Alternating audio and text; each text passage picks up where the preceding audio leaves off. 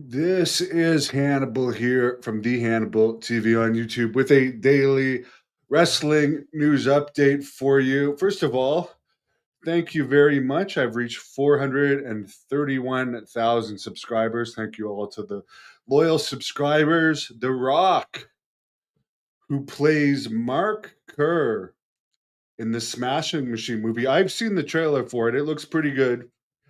And I have to say, I've interviewed Mark a couple of times now. I wouldn't say we're close friends or anything, but I would say I'm acquaintances with him. It's pretty cool to see like The Rock playing Mark Kerr in a movie. But I heard Dave Meltzer say on the Wrestling Observer Radio today that the Smashing Machine with The Rock looks like it might be nominated for 3 Oscars. The Rock for Best Actor, Mark Kerr's girlfriend in the movie is also probably going to be nominated and could be a Best Picture. So that's pretty damn impressive. As far as Billy Jack Haynes, one point I forgot to mention in my review of the Billy Jack Haynes Dark Side of the Ring that I reviewed yesterday, that Dave Meltzer brought up in his review of it as well today, was that um, his friend's son in the movie. God, maybe I've had too many concussions. His name is slipping me, but what the hell is his name? The Portland wrestler. He was a WWE jobber, but he was also the booker in Portland for a while. I don't know why his name is escaping me, but his son was in the Dark Side of the Ring, and he said the only reason Billy Jack Haynes was at his bedside, at the bedside of his father, and someone's going to correct me in the comments and say who it is, but WWE jobber, Portland booker, was because Billy Jack wanted a place to live and also wanted the medication, the pain medication, which Billy Jack was a pain addict.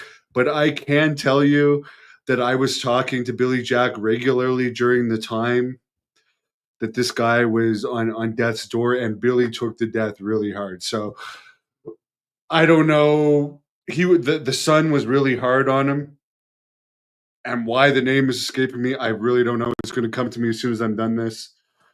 But I can tell you from my talks with Billy Jack, he took the death really hard when the guy died.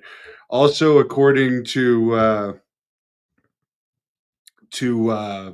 Dave Meltzer, AEW did not have very good crowds in Detroit this week. They went to a small building. They did collision tapings and dynamite taping. The collision taping didn't even have 1,000 pre-sold, and they were in Detroit, a major wrestling market. So AEW, their numbers are down, both in attendance and viewership.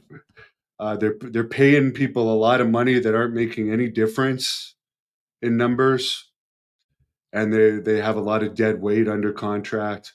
Who knows if they'll turn things around or not? But enjoy the ride while it's there for the lucky ones that are getting the money. And I'm going to look up the guy's name. I should have made note of this. Portland. I'm going to look up Portland wrestling star. We are live, folks. That's why you guys love me, because it's, or hate me, and you watch just to chirp me. List of Pacific Northwest wrestling personnel. Why is this name not sticking out to me? But overall, I mean, it was an interesting Billy Jack Haynes Dark Side of the Ring. Definitely didn't exonerate him like he thought. It was more of a burial, but a lot of truth to what people were saying. Um, and yeah, I would suggest people watch my breakdown of it. And I don't know why this guy's name is not even popping up.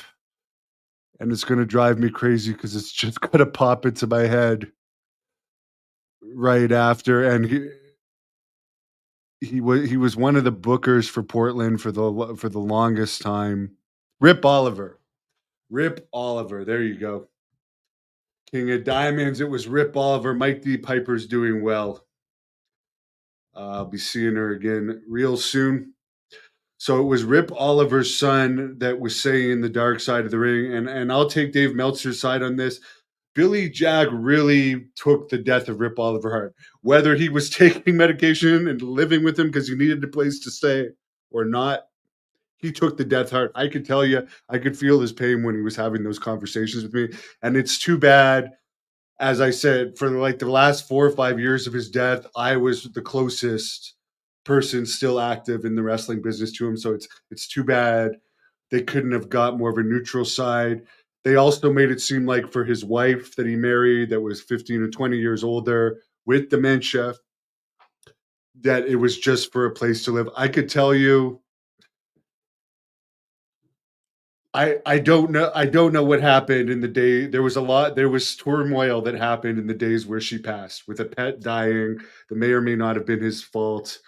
There was some weird stuff going on in the days before his death. Her death, I could say that, but I can tell you he didn't just move into with her for a place to live. I could tell you that he genuinely cared about the wife and cared about Rip Oliver. He had severe mental problems. It's best that he's not. If he can get a hold of weapons, it's best that he's not an active member of society, in my opinion. But yeah, I mean, that's the only full episode I've watched this season. Now I found a place where you can where they're all posted, so I might review more of them. But I hope that happens for both Mark Kerr and The Rock, that Oscar nomination, and I'm looking forward to watching that. And check out my playlist in the description of this video for all of my Mark Kerr interview clips. Great guy. I really like him. Really down to earth, and supposedly now he's moved 5 minutes away from Tank Abbott in Scottsdale, Arizona. So that's pretty cool too.